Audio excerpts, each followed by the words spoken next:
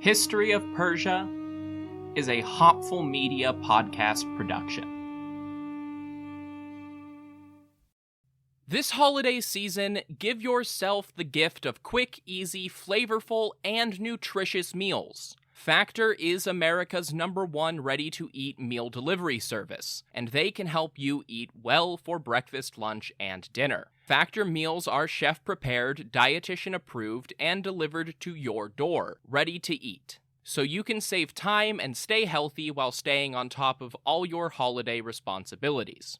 Cross meal prepping off your to-do list with 35-plus fresh, never-frozen meals that are hot and ready in just 2 minutes. Factor offers options to fit your lifestyle and preferences, whether it's calorie smart, vegan and veggie, or their protein plus option. This December, get Factor and enjoy eating well without the hassle. Just choose your meals and enjoy. Head to factormeals.com/Persia50 and use code Persia50 to get 50% off. That's code Persia50 at factormeals.com/Persia50 to get 50% off. Breast milk science. It's a thing, and it's our thing. We're By Heart. Our mission is simple: make the best infant formula in the world. We partnered with breast milk scientists, world-class doctors, and passionate parents to write a new recipe from scratch. Our patented protein blend includes 2 of the most abundant proteins in breast milk at levels closer to the real thing. We're also the first U.S.-made infant formula to use organic grass-fed whole milk, not skim. And we ran the largest clinical trial by a new infant formula company in 25 years, proving benefits like less spit up, softer poops, and easier digestion versus a leading infant formula. And while we've put a lot into By Heart, there's a long list of things you won't see on our ingredient list, like corn syrup, soy, or palm oil. Curious if By Heart is right for your baby? New customers can shop the starter pack and get 2 cans for the price of 1 at byheart.com/getstarted. That's 1 free can at byheart.com/getstarted. This is a limited time offer. Additional terms and conditions apply. Try it risk-free. That's the By Heart promise.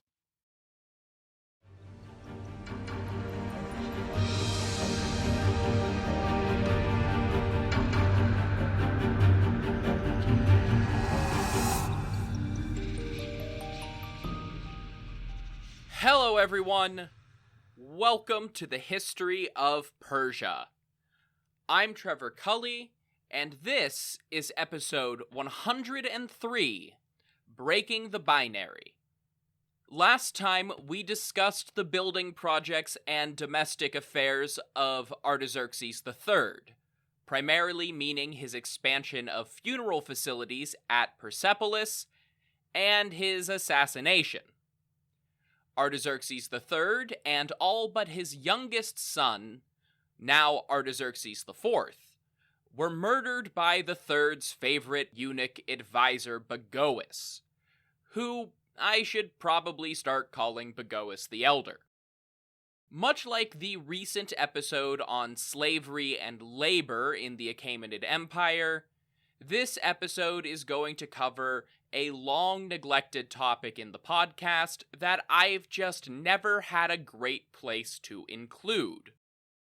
The reign of Bagoas as the puppet master behind Artaxerxes IV's throne provides some important evidence for the topic, and a good moment to explain the role of eunuchs in the empire.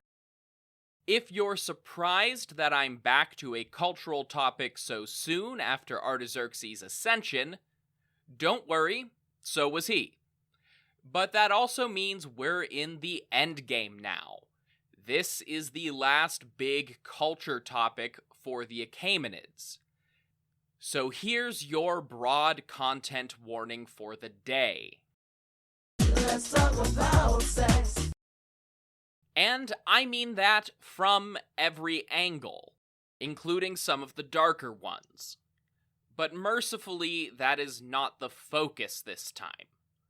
The preamble and disclaimer to this topic is pretty straightforward. Pun not intended, but very much present. I'm a straight cis man. and can only really experience anything from that perspective. We're also dealing with cultures 2,500 years removed from our own. They could only experience things from their own perspectives too, and cultural understandings and expectations of gender and sexuality change dramatically over the course of a few decades, let alone millennia. Sexuality in particular has historically been perceived very differently from culture to culture. In modern Western culture, we are slowly but surely getting more open to sexualities like pansexual, asexual, and so on. But for most of recent history, it's really been boiled down to hetero, homo, or bi. Different, same, or both. With immense social pressure to conform to a heterosexual norm and a general assumption that you would permanently align yourself with one of those three identities. This was not the case in many ancient cultures, where expectations for sexuality and sexual roles differed based on everything from age to social status to religious alignment to, yes, personal preference. Though the higher the social status, the less that last one tended to matter. Binary assumptions about being one thing or the other were not nearly as prevalent in ancient history. Speaking of binary, let's talk about gender, a thing which is most definitely not binary. If that makes your temper rise, feel free to open your podcast player, hit the pause button directly below the picture of Farnakies blowing a kiss goodbye, and bug off into the sunset. Gender is without a doubt a social construct. That's why definitions of masculinity and femininity change so damn much. When I was in high school, people would toss around homophobic slurs or ask why you were wearing women's pants for clothes that the most transphobic bigots wear in public in 2023. And pants that my sister wouldn't be caught dead in because they're too tight, and her generation is leaning towards baggy pants again for some reason. That's all within a decade. The ancient Spartans would think most modern men are womanly prudes for their reluctance to wrestle each other in the nude, and most ancient Greeks saw trousers as something emasculating. Ancient Egyptians of any persuasion loved their makeup. Pink used to be a color for boys, all children used to wear frilly dresses, whether or not women are supposed to wear their hair up or down, long or short, changes every 3 minutes, and so on and so on. Gender signifiers are even more fluid than gender itself. Simultaneously, we can hardly divorce gender and sex entirely. The two obviously tend to line up, and gender-affirming surgeries are important to many modern trans people for a reason. I will talk a bit about binary transition in the ancient Iranian world later, but there's actually much more to be said about the idea of non-binary or third gender in antiquity. This is likely due in part to the fact that anybody living a life accepted on the opposite end of the binary from their sex assigned at birth would probably go more or less unnoticed in the historical record. Just think about it. If everyone around someone recognized her as a woman, why would they ever comment on that? You know, whether it's a secret or not, their neighbors are going to look at them and say, "Oh yeah, she's just Anna from down the street." It's also definitely a result of vocabulary. Basically, all of the terminology we now associate with transgender people today was developed in the last century or so. It is extremely difficult to identify whether or not somebody described as not abiding by their initial place on the binary was strictly trans or some form of non-binary alignment without the language to do so. As a result, historians tend to be more willing to explore things in terms of not male, but also not female, rather than direct transition. It's even an issue of language itself. Like many languages today, many languages of the past had grammatical gender. To native English speakers, this whole concept is often baffling and frustrating. Linguists and grammarians are quick to emphasize that grammar is masculine and feminine, not male and female. This is because the two concepts are only barely related. True, words relating to men are generally in the categories described as masculine, and words relating to women are in the categories described as feminine, but in grammatically gendered languages, everything has a gender, and nobody really understands how those were assigned over time. Why is a chair feminine in Spanish? Who knows, and frankly, who cares? That's just how it works. The whole concept of calling these linguistic features genders comes from Indo-European languages, which historically grouped things together as masculine, feminine, or neuter. Crucially, for discussions like this, neuter is basically always a category for non-human. That is, the its of the world, rather than the gender-neutral they. Yes, I know some people go by its, but I'm not doing a discourse on this podcast. Please. Some modern Indo-European languages have dropped neuter altogether, like Spanish and French. Others have mostly dropped grammatical gender altogether, like English, which really only preserves it in our third-person singular pronouns. And fun fact, the English second-person pronoun, you, actually originated as the second-person plural. Thou, thee, thy, and the rest of those old-timey th words actually started off as the singular forms of ye, which became you over time. That was actually connected to the royal we, where high-ranking people like kings and queens would refer to themselves with a plural pronoun. Referring to somebody as ye, the plural second person, was a sign of respect. Wild how respecting somebody else could change a plural word into a singular word. I'm sure there's no lessons to be learned from that. Some languages, like modern Persian, have dropped grammatical gender completely, usually with the exception of separate singular third-person pronouns for people and objects, which is only sort of a gender. Meanwhile, languages outside the Indo-European family tree sometimes have many more, often classifying animate and inanimate objects in their own categories, which linguists describe as grammatical genders. The indigenous Tuiuca language of northwestern Brazil has as many as 140 genders, depending on how you look at their system. My personal favorite is a family of indigenous languages in Australia that can be gendered as masculine, feminine, neuter, and vegetable. Both ancient Greek and Old Persian were gendered languages, with masculine, feminine, and neuter. Though technically, Persian speakers were probably starting to slip and not bother with the gender distinction in everyday speech by about the current point in our narrative.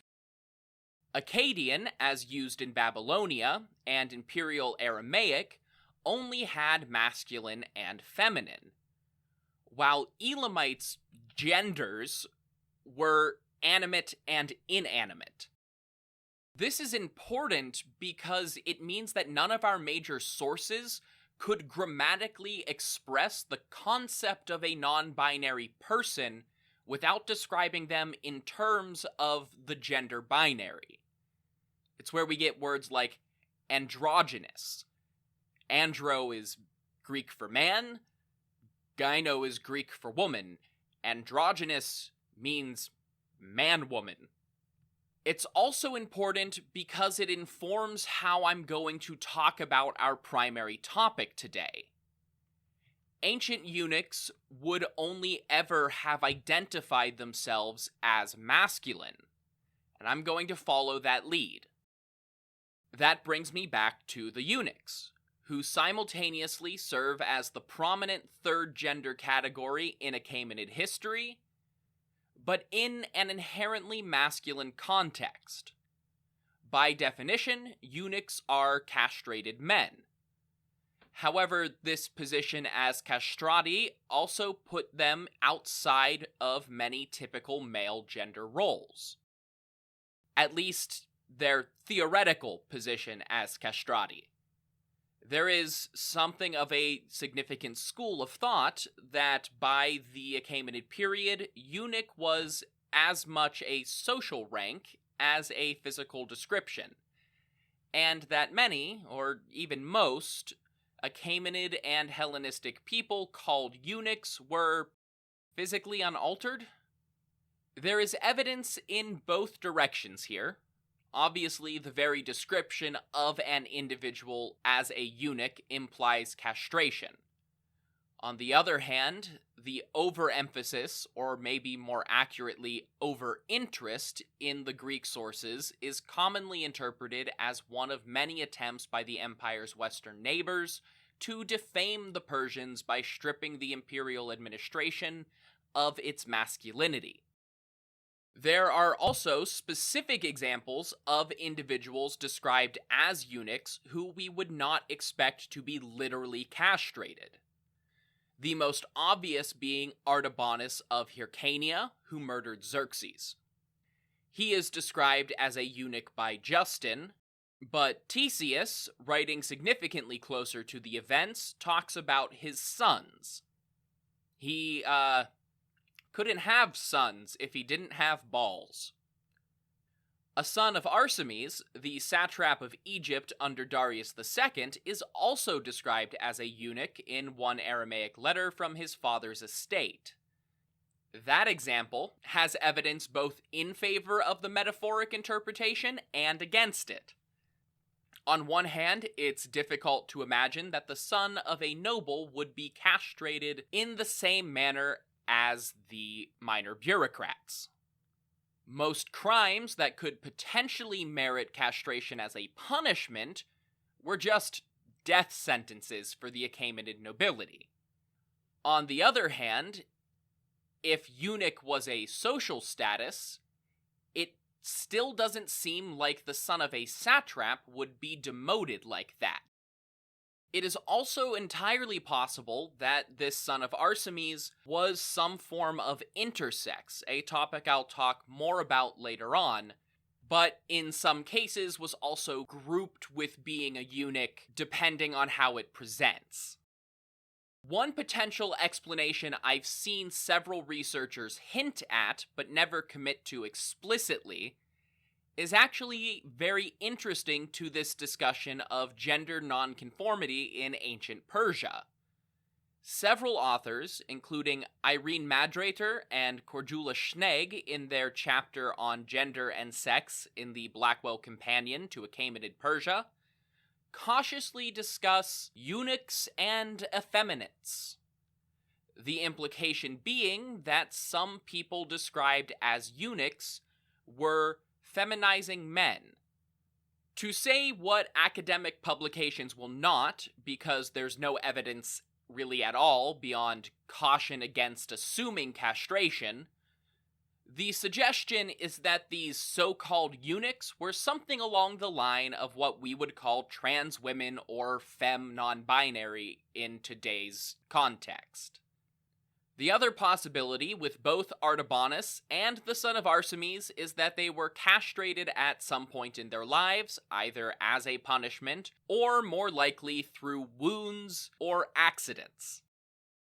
Just think about ancient warfare for a minute. It had to have happened more often than most ancient authors would have liked to admit, and way more often than most historians would like to talk about.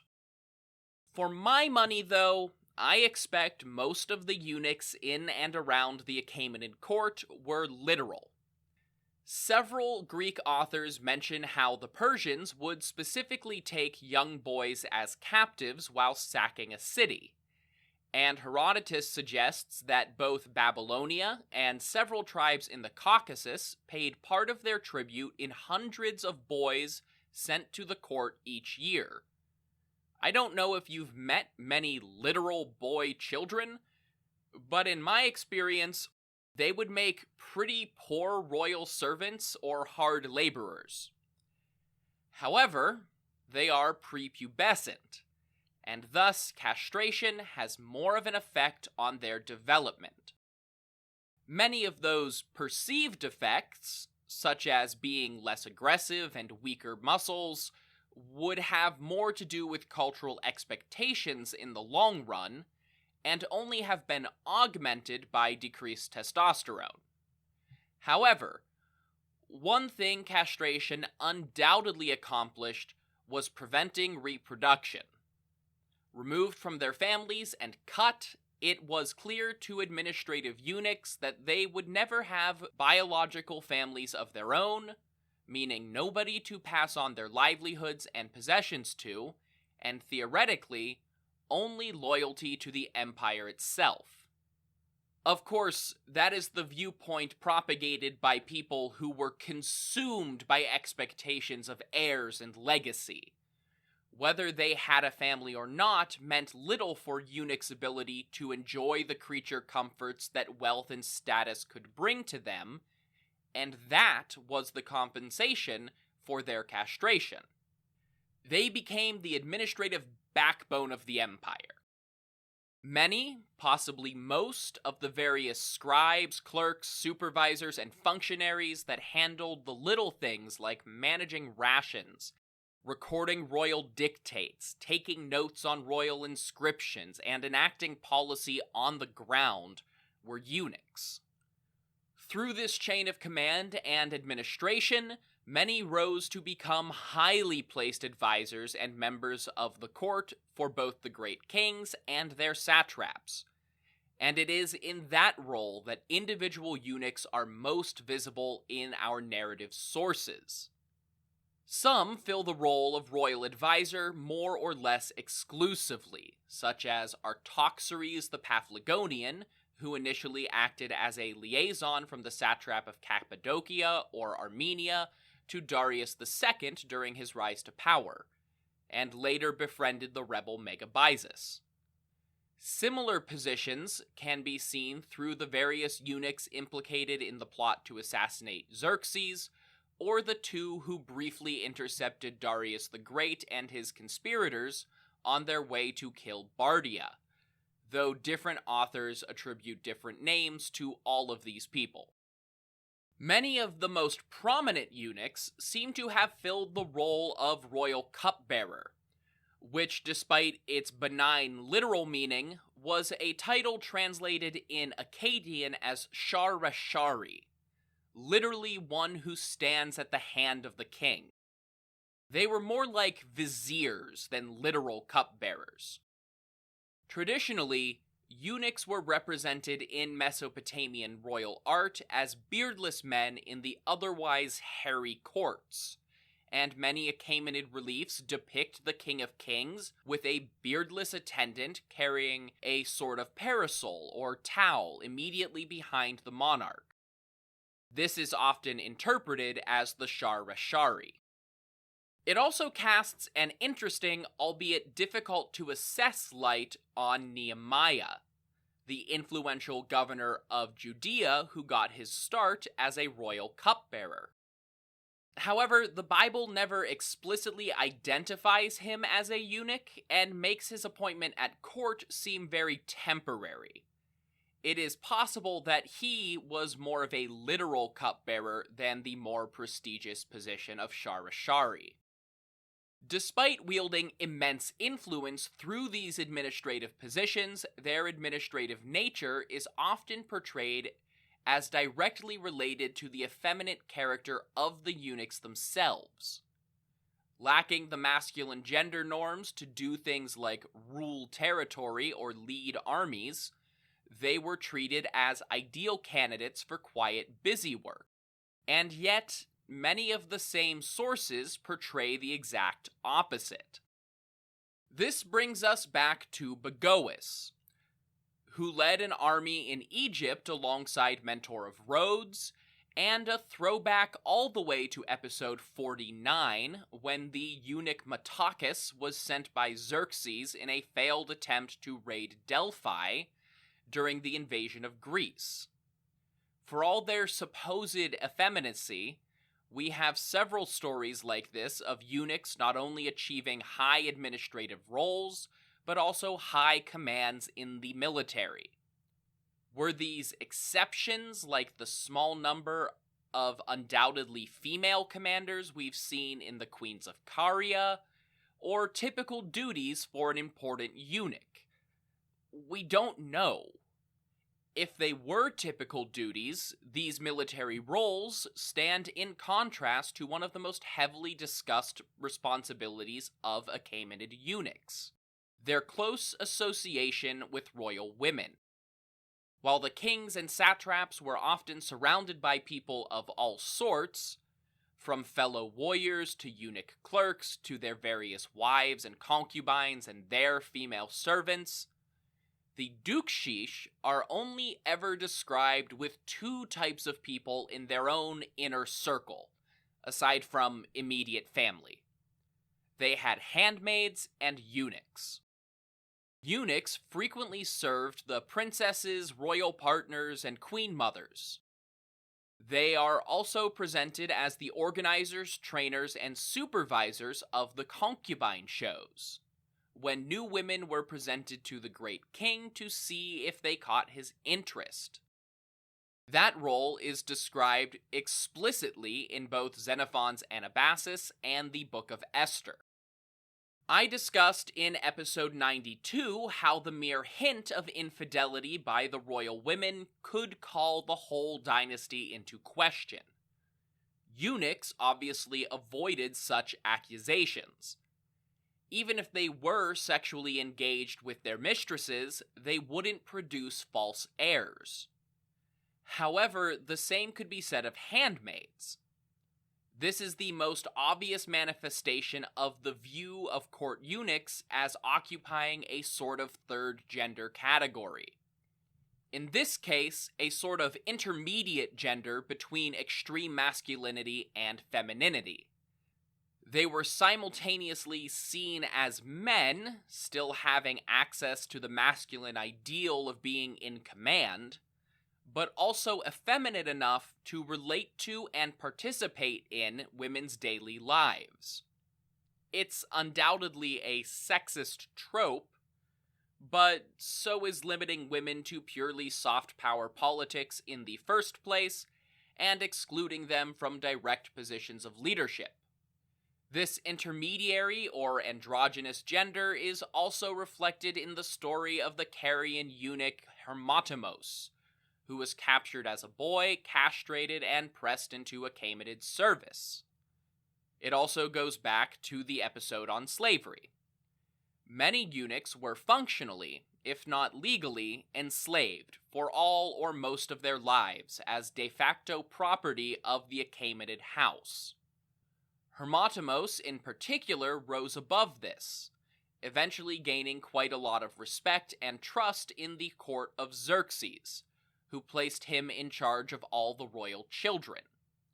Once again, we see a eunuch taking on a stereotypically feminine role as a childcare provider, while simultaneously occupying a stereotypically masculine role as an important administrator, as royal children were very much part of the government apparatus. The intermediary gender concept also extends into sexuality.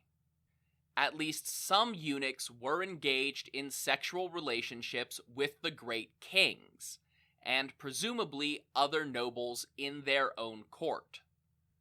Internal sources do not reference this directly, but then again, they barely reference the king's wives either. There are, however, two specific examples referenced in Roman-era sources.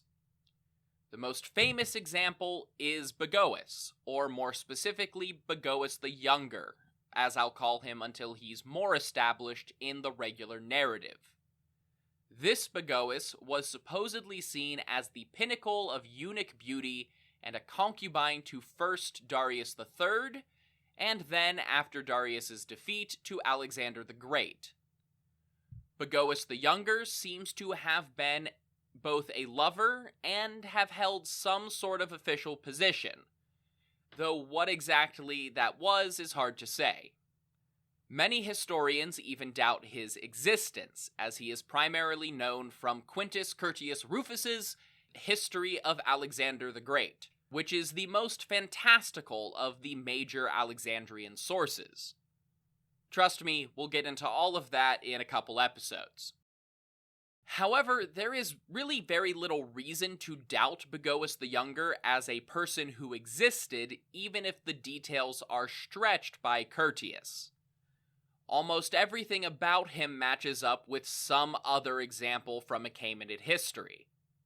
Most interestingly, his moment in the spotlight will come in the form of a dancing competition after one of the biggest disasters in Alexander's career, and Curtius claims that he was well liked by the Macedonian soldiers, who demanded that Alexander kiss Bagoas as a reward for his victory in the dancing competition. There's pretty minimal overlap between the court traditions of Achaemenid Persia and Argead Macedon, but while men did dance, these sorts of displays are more often associated with women, or, apparently, eunuchs. It's presented almost as if Bagoas won the new king over through an impromptu concubine show in the vein of Esther or Aspasia the Wise. Bagoas is joined in this position as royal eunuch lover by Tiridates, a eunuch mentioned by the historian Aelian in his history of the aforementioned Aspasia. The details of this story are almost certainly invented, but with Bagoas and other Greek references as evidence, the concept itself is not. Tiridates was a favored lover of Artaxerxes II, who died some years after the Battle of Cunaxa. The king was left distraught and spiraling into depression from this loss, but found solace in Aspasia, officially a concubine, but apparently neglected since her capture following the battle. Supposedly, she shared facial features with the late eunuch, and Artaxerxes fell for her. This once again speaks to both the Greco-Roman and Persian view of eunuchs as a third androgynous gender beyond male and female. Eunuchs were obviously not women, and even if some were more or less what we'd call transgender, some must have been, given that we're talking about tens of thousands of people, this is an era before both that social concept and reconstructive surgery. Yet, despite physical evidence to the contrary, they were not seen as men. This, perhaps, justified a certain degree of homosexual attraction, or even created a sort of sexuality that I kinda hope we don't have a word for, as an attraction to castrati. Whether or not a justification for homosexuality would have been necessary is something I'll cover toward the end of this episode. From here, we go broader, into general statements made by ancient historians about the Persians as a whole, rather than specific examples. And this does get into a rather interesting issue that arises with the question of a third gender as a socially accepted institution. That being the question of sexuality and its origins. You'll be hard-pressed to find a genuine sexuality researcher who believes that sexual preference is a conscious choice. But aside from identities like pansexuality or asexuality as all and nothing, so many of our modern discussions of sexuality and sexual identity are wrapped up in a gender binary, even for non-binary people. In part, this is sort of because you can still fundamentally describe someone's sexual attractions in terms of physical traits associated with sex or personality traits associated with gender. But what do we do with a relatively large group of people who fall outside of those definitions, placed in a third category with genuine physical, psychological, and social differences, but also when that placement was largely an act outside of their control? I'm genuinely asking, because I have no idea. Surely, in a culture where it was so widespread, there would have been people with a specific attraction to eunuchs. Is that a sexuality? A fetish? A really dumb idea to try and squeeze it into 20th and 21st century sociology? Well, it's definitely a bit of the latter, but also probably something we should consider. The Greeks certainly commented on a widespread Achaemenid lust for eunuchs, but how much of that was polemic criticism and how much was true is all but impossible to discern. It comes up often enough and with enough specific examples to support it, so it happened. But whether or not it was truly widespread is hard to say. We don't have any examples of someone in the Achaemenid sphere with an exclusive interest in eunuchs documented, but that is hard to gauge since we are most familiar with kings and nobles who had an added socio-political requirement to have lots of heterosexual relationships and produce more princes and princesses. As for the eunuchs themselves, we're talking about hundreds of thousands of people over more than 2 centuries of time. They would have exhibited a full spectrum of desires all their own.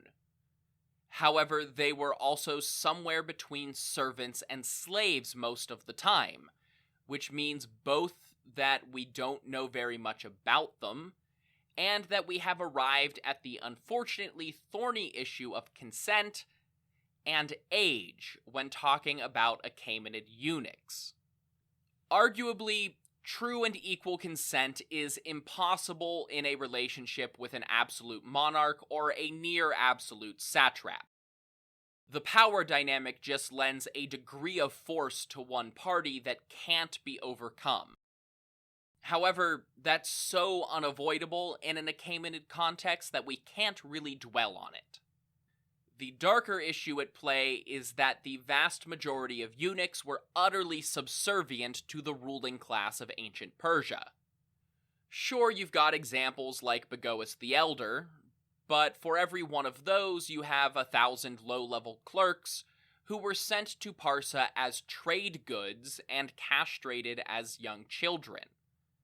They were slaves by any definition, save for possibly a strict reading of Achaemenid law.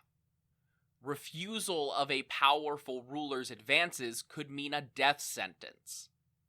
This is never depicted in our sources, which, to their credit, uniformly depict the Achaemenids as abhorring sexual assault. However, the likelihood and possibility cannot be discounted. More concerning still is the relationship between Achaemenid eunuch sexual relations and ancient Greek notions of pederasty.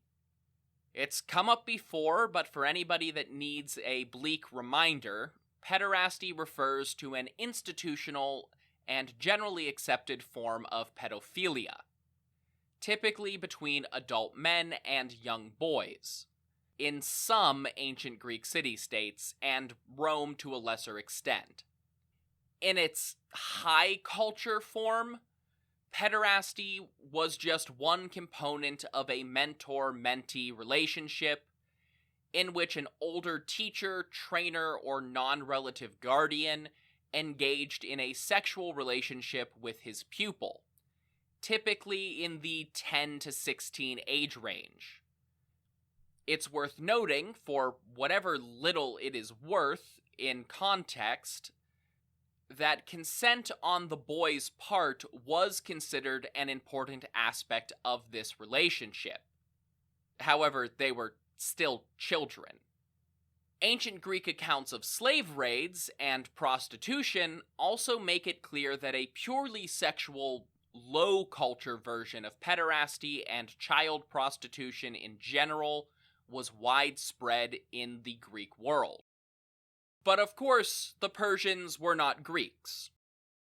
Somewhat less organized variations of the same institutional pedophilia appear on and off in the historical record of Egypt and Western Asia all throughout antiquity.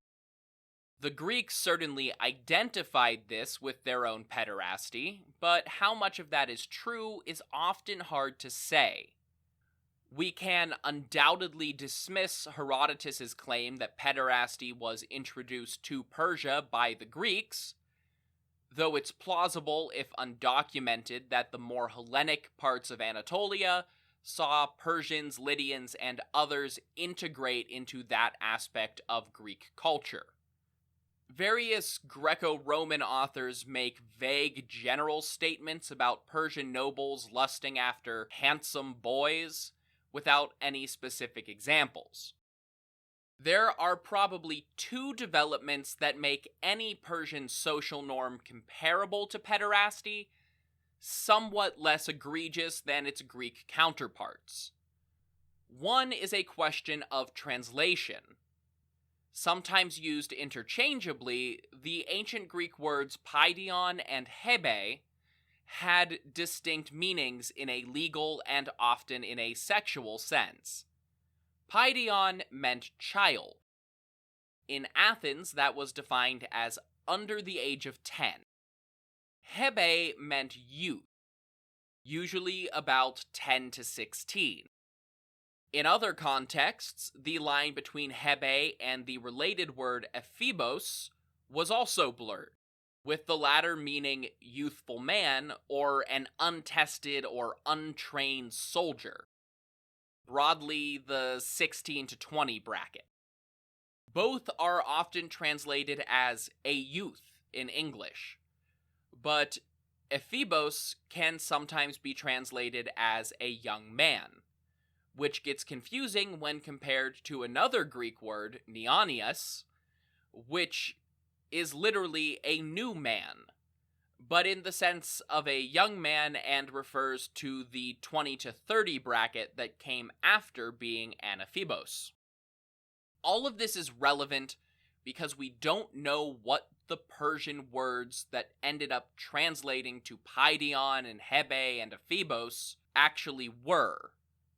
And since none of the three are entirely the same from polis to polis, there is a high probability that a chain of translation could skew translation further from Persian or Aramaic to appear as references to older or younger people in Greek sources. What we do know, though, based on all of our records of the Achaemenid education system, is that Persian boyhood lasted longer, pushing the equivalent brackets to youth and young man older in turn. There is a pretty significant social difference between talking about a Persian noble's relationship to a 15 to 25-year-old compared to a boy younger than 10. Whether this translation error is true, or if the Greeks accurately translated what they were describing, we don't know. That said, the few examples we have of Persian nobles engaging in male homosexual relationships with a significant age gap do support the skewed translation idea. Most notably, we can turn to the example of Cyrus the Younger's second-in-command, Ariaios, and his lover, the Thessalian Greek general Menon.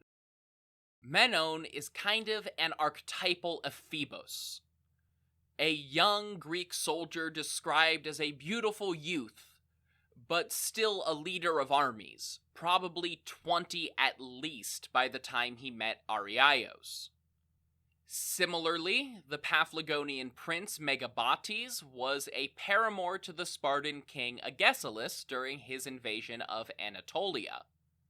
Though lower in his army's command structure, Megabates was also a commander, evidently at least what the Greeks would consider an Ephebos, engaged with the 40-ish-year-old Spartan monarch.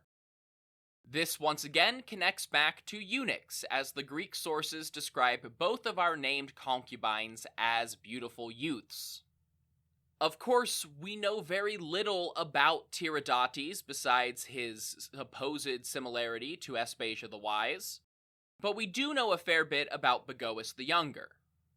Based on his earlier known exploits, Darius III would have been about 40 when he first encountered the eunuch paramour, who soon fell into the orbit of Alexander the Great and remained with him for the next 8 years. No matter which of the young brackets we put Bagoas in, he was objectively well past that by the time Alexander died, and yet still described as a pretty youth. Based on all our other evidence, there is a good chance that Bagoas was pushing 30 at least by the time of his famous dancing competition. The implication seems to be that the Greeks viewed Achaemenid eunuch sexuality as a form of pederasty in and of itself, as objectively incorrect as that might be under any amount of scrutiny.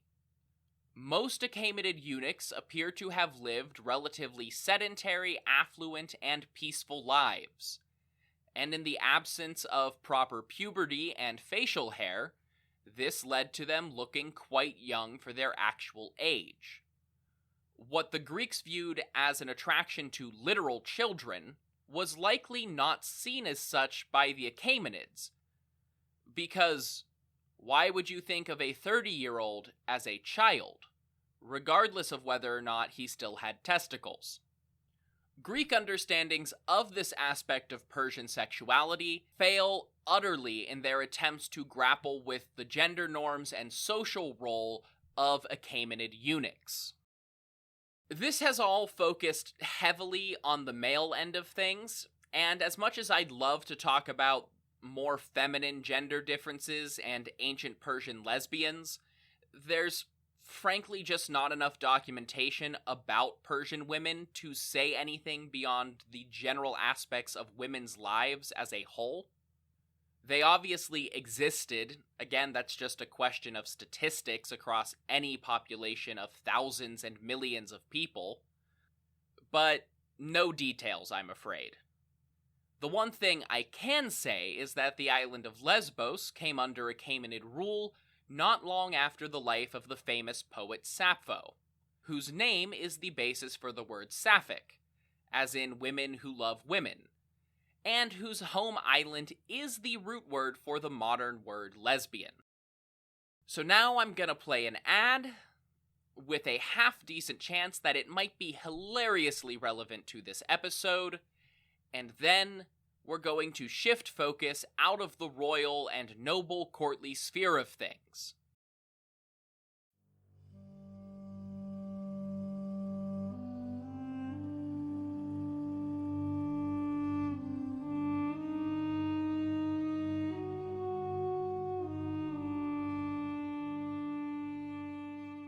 Breast milk science. It's a thing, and it's our thing. We're by heart. Our mission is simple: make the best infant formula in the world. We partnered with breast milk scientists, world-class doctors, and passionate parents to write a new recipe from scratch. And while we put a lot into ByHeart, There's a long list of things you won't see on our ingredient list, like corn syrup, soy, or palm oil.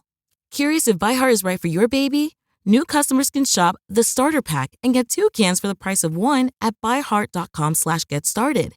This is a limited time offer. Additional terms and conditions apply.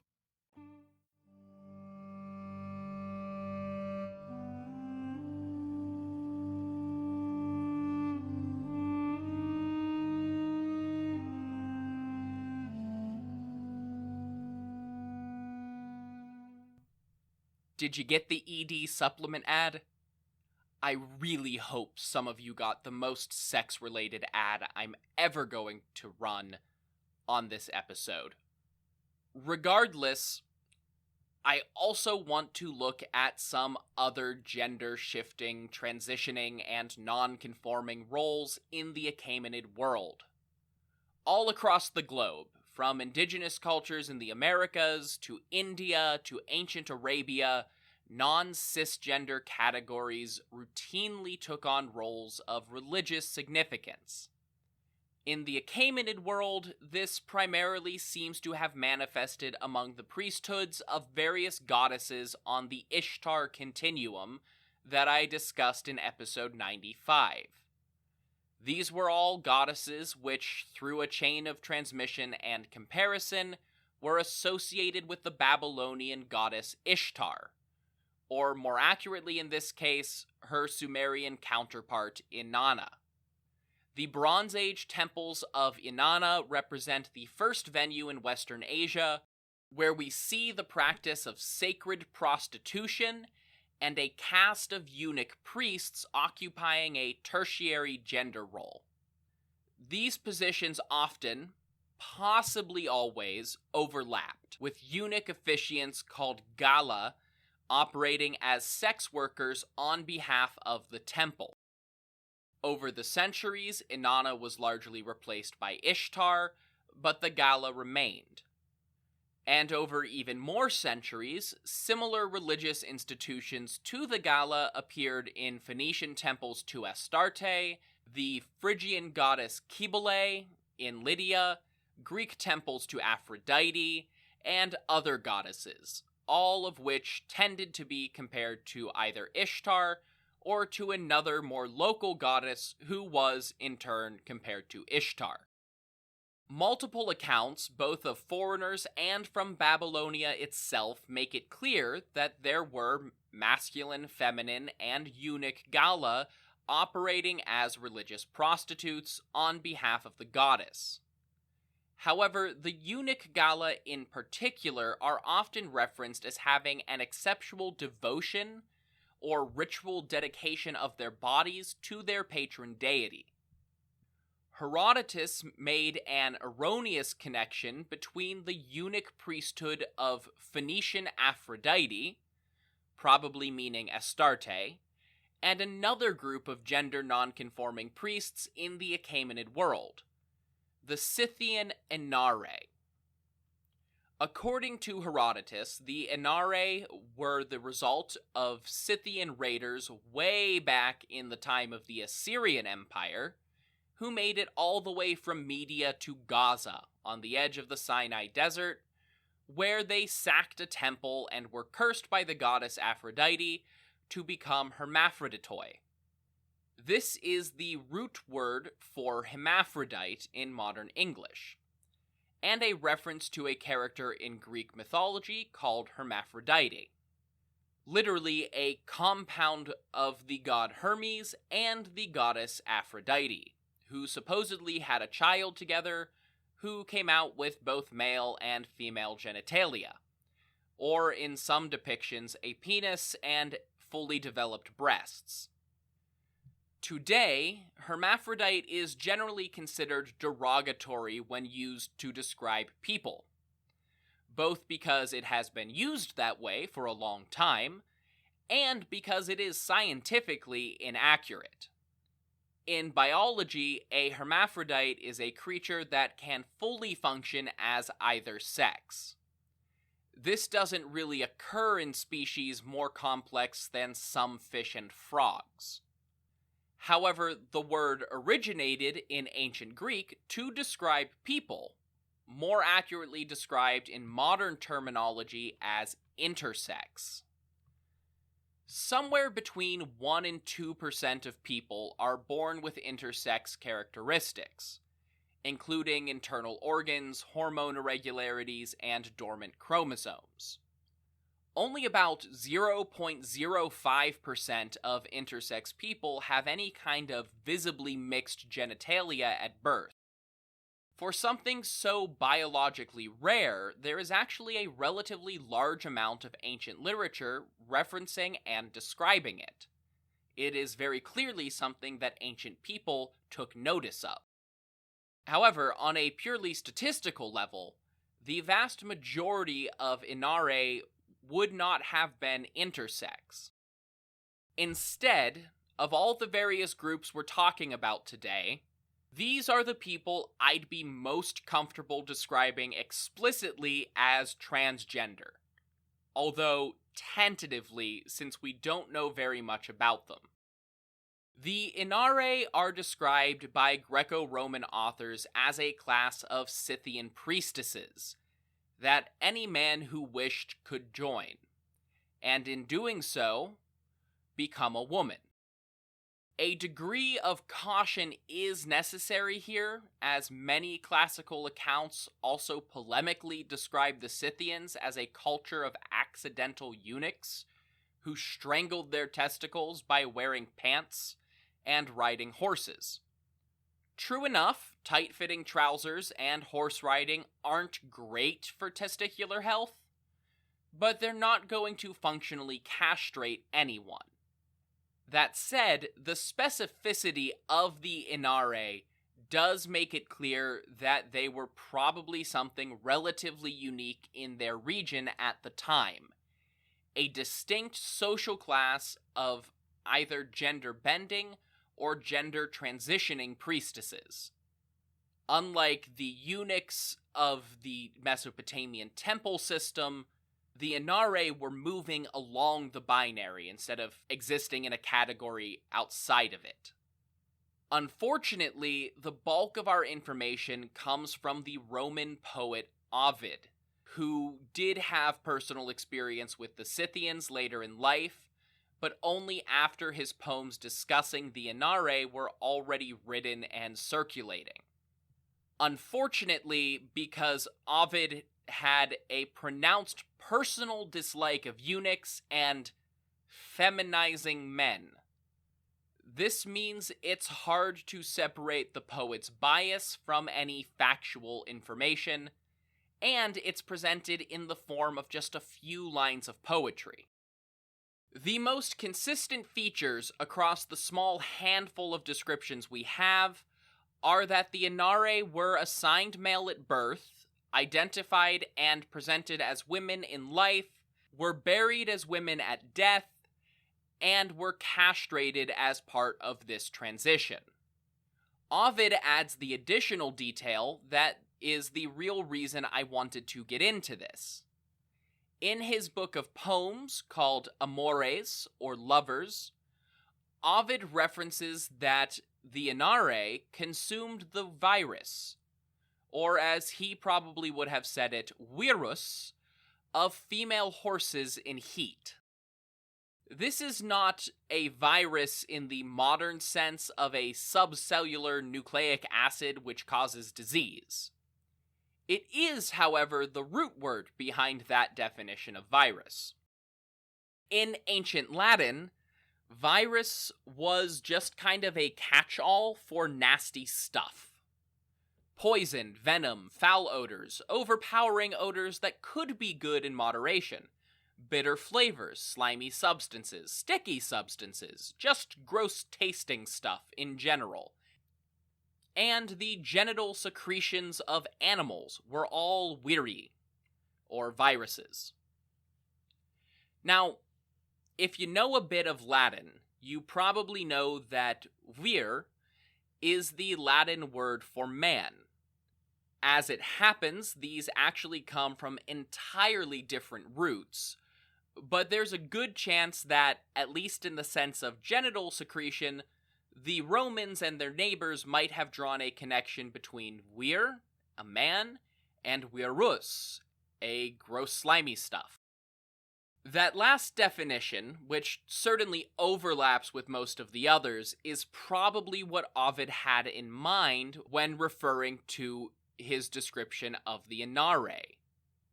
But that leaves the question of which genital secretion, or if it was even actually from the horse's genitalia. According to some interpretations, based on comparison with other broader descriptions of Scythian culture, he may just have been making a condescending reference to drinking mare's milk, a common food product among nomadic horse cultures throughout history. In the book The Prehistory of Sex, Timothy Taylor argues that Ovid's virus is a description of mare's urine, and still others have suggested that it was some kind of ritual connection to femininity for the Inare by consuming the horse's vaginal fluids. Taylor's argument actually contains the most interesting possibilities.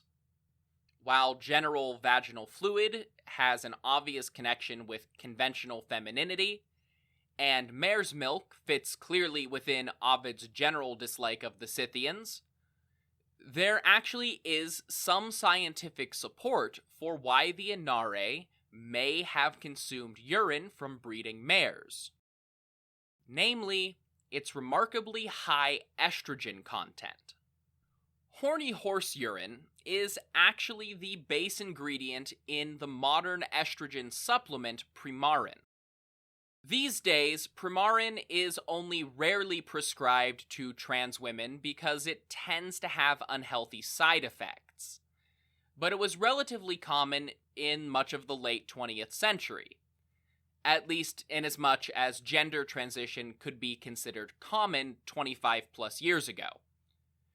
Of course, Primarin is an extremely concentrated form of the estrogen found in mare's urine, but it is plausible that regular consumption could have some feminizing effects. Do not try that at home. There are better, safer ways to transition today, even without prescription medicine. Don't start drinking horse pee. In The Prehistory of Sex, Taylor actually argues that the Inare would have exhibited the physical effects of this estrogen intake as a byproduct of drinking mare's urine in extreme survival circumstances. There is not much research on this topic to speak of, but in my relatively well-informed opinion, Taylor is so utterly wrong on that count. First of all, there is basically no survival situation where people had healthy horses for long enough to routinely drink urine often enough to exhibit hormonal side effects. If they had horses, they were rarely more than a few days from somewhere with fresh water, especially in the Eastern European context that Ovid and the Greek authors were most familiar with. Also, if the horses had that much urine, they had water. Some kind of ritual context is significantly more likely for how they would have accidentally discovered the hormonal properties. Second, the idea that the Inare were unaware of something that was instigating major physical changes in their bodies is a disservice to the Scythians themselves. Despite ancient portrayals to the contrary, they had a fully developed and complex society full of people just as observant as anywhere else in the world at any time. They, like so many other peoples historically treated the same way, were not thoughtless savages. It is unfathomable that centuries worth of Inare priestesses wouldn't have noticed that mare's urine correlated to physical changes, and that mares in heat correlated to more significant physical changes. If Ovid's virus is indeed a reference to horse urine, then it very likely was discovered accidentally, but long before his time in the 1st century CE, and it would have been discovered and understood by some of the Inare. There's even evidence in a text we've discussed before to lend some support to that. The Vendidad, the Zoroastrian law code discussed in episode 60, references how cow's urine was an effective treatment for leprosy. Of course, this can't have been actual viral leprosy, incurable into the 20th century, but many ancient sources conflated true leprosy with a variety of bacterial skin infections, and cow's urine does have antimicrobial properties.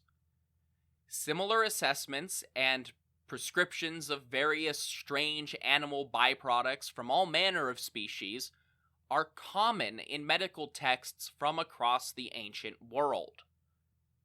Ancient people lived in much closer proximity to more animals than we tend to today, and they studied them, experimented with them, and generally learned how to make use of the world around themselves. Feces becomes manure, urine becomes medicine, milk becomes formula, wool becomes clothes, and so on and so on. It is entirely possible that the Inare are just one more example of this, compounding the slightly estrogenic effects of mare's urine on their castration to more fully transition. Speaking of the Vendidad, though, I do want to tie this all back to the Achaemenids themselves and their views on sexuality. When I first discussed the Vendidad, I devoted a section of that episode to discussing its utter condemnation of male homosexuality as the only unforgivable sin. This came back up in episode 95 when talking about how Anahita purified the waters of the woman during heterosexual sex, thus removing the normal taboo around bodily fluids in that context and that context alone. So how does that factor into all this? Surely if ancient Zoroastrians believed that homosexuality was a grievous sin, something in here had to be a violation of it.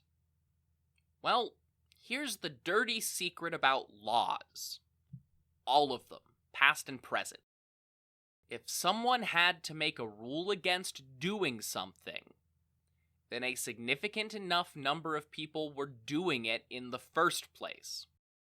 Sometimes, as in the case of Pennsylvania's bizarre ordinance against sleeping on top of a refrigerator outdoors, the law seems to have been effective in solving the problem. Other times, the legislators were fighting with nature. Rulings against homosexuality, gender nonconformity, etc. are very clearly the latter. There's also the issue that the Vendidad itself is held together by cheap staples and strong feelings. The text is very clearly a piecemeal assembly of fragmentary or poorly remembered sections of Avestan laws, put together at a very late point. Maybe as early as the beginning of the Hellenistic period, and likely as late as early Parthian times. Whether or not the totality of ancient Zoroastrian thought on homosexuality is preserved is up for debate, and the answer is likely that it is not. This raises a question about eunuchs. If they were viewed as neither male nor female, then there was an argument that sexual relations with that eunuch were not in violation of the Vendidad. That could potentially further explain the open sexualization of eunuchs in the Achaemenid court. They were a socially acceptable loophole for nobles physically attracted to men. That's just my speculation, but it's in keeping with a long history of technicalities in religious law, both in and out of Zoroastrianism. Depending on when exactly each part of the Vendidad was composed and how widely accepted its doctrines were at the time of composition, There's also a text-based argument to be made that the Persians and Medes just did not have this taboo against homosexuality in the first place. The first book of the Vendidad says that the sin for which there is no atonement, the unnatural sin, apparently referring to male homosexuality, was created by the great evil Angramaynu as a plague on Kinenta, where the Verkana dwell. Verkana is the Avestan form of Hyrcanian, and Kinenta is an ancient name for the Jorjan River in northwestern Iran, also ancient Hyrcania. So the composer of this part of the Vendidad specifically associated homosexual activity with the Hyrcanians. Notably, Hyrcania is just about as far west as the Vendidad discusses outside of a vague reference to other good lands. Areas like Persia and most of Media are beyond its scope. Whether that's a stylistic choice or because Book 1 of the Vendidad represents a relatively early composition before those regions were Iranized is difficult to say. If it was an early Younger Avestan composition, then the Hyrcanians in question would have been the forebears of the Iranian migrations into the Zagros Mountains, which yielded the Median and Persian cultures, suggesting that they may not have had a taboo ingrained against homosexuality in the first place, even if it eventually developed in other parts of the Achaemenid Empire. If this passage was a later composition under Achaemenid rule, we know that the royal family itself had strong ties to Hyrcania, both in its own right and as an on and off sub-province of Parthia. Darius the Great's father Hystaspes, Xerxes I, and Darius II all served as satraps in that region, and it is the most prestigious unaccounted-for province that may have been assigned to other Achaemenid princes whose political roles are not recorded. Once again, this supports an argument that the Achaemenids did not maintain a strict taboo against homosexuality. Certainly, as discussed at the beginning of this episode, we see examples of adult Persian men engaged in sexual relationships with other adult men and with eunuchs, with or without an age gap. Regardless of anything else, they certainly were not opposed to non-straight sexualities. They actively participated in them. And until then, if you want more information about this podcast, go to historyofpersiapodcast.com. That's where you'll find things like my bio, the bibliography, podcast merchandise, and the Achaemenid family tree. You'll also find the support page where you can help out this project financially. Because that includes one-time donations, affiliate links, and most importantly, Patreon, also found at patreon.com/historyofpersia.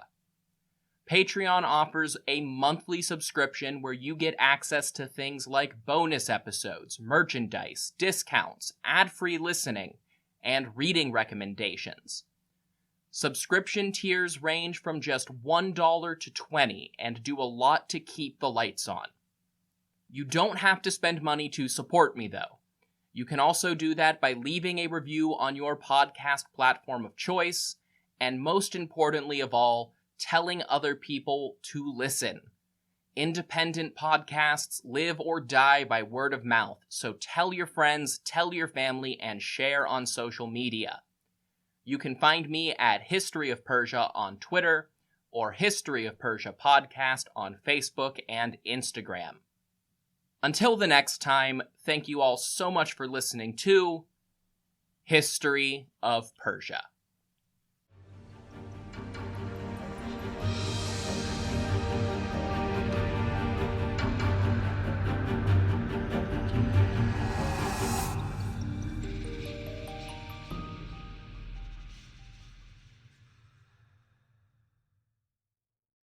This podcast is brought to you by Royal Fratricide.